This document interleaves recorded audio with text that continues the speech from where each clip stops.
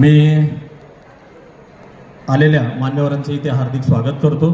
त्याचबरोबर आजच्या या कार्यक्रमानिमित्त अनेक क्षेत्रांमध्ये अतुलनीय कामगिरी जे व्यक्तिमत्व करतात त्यांच्यासाठी आपल्या संस्थेच्या माध्यमातून कृषी माऊली पुरस्कार हा दरवर्षी जाहीर होत असतो आणि मला सांगायला आनंद वाटतो की आजचे जे आपले मार्गदर्शक मान्यवर आहेत त्यांना सुद्धा येथे कृषी माऊली पुरस्कार प्रदान करण्यासाठी या मंचावर मी आमंत्रित करतो। आमचे प्रसिद्ध मराठवाड्याचे उद्योजक श्री संदीप देशमुख साहेब, आपण जोरदार टाळ्या वाजवून त्यांचं सुद्धा इथे स्वागत करावं।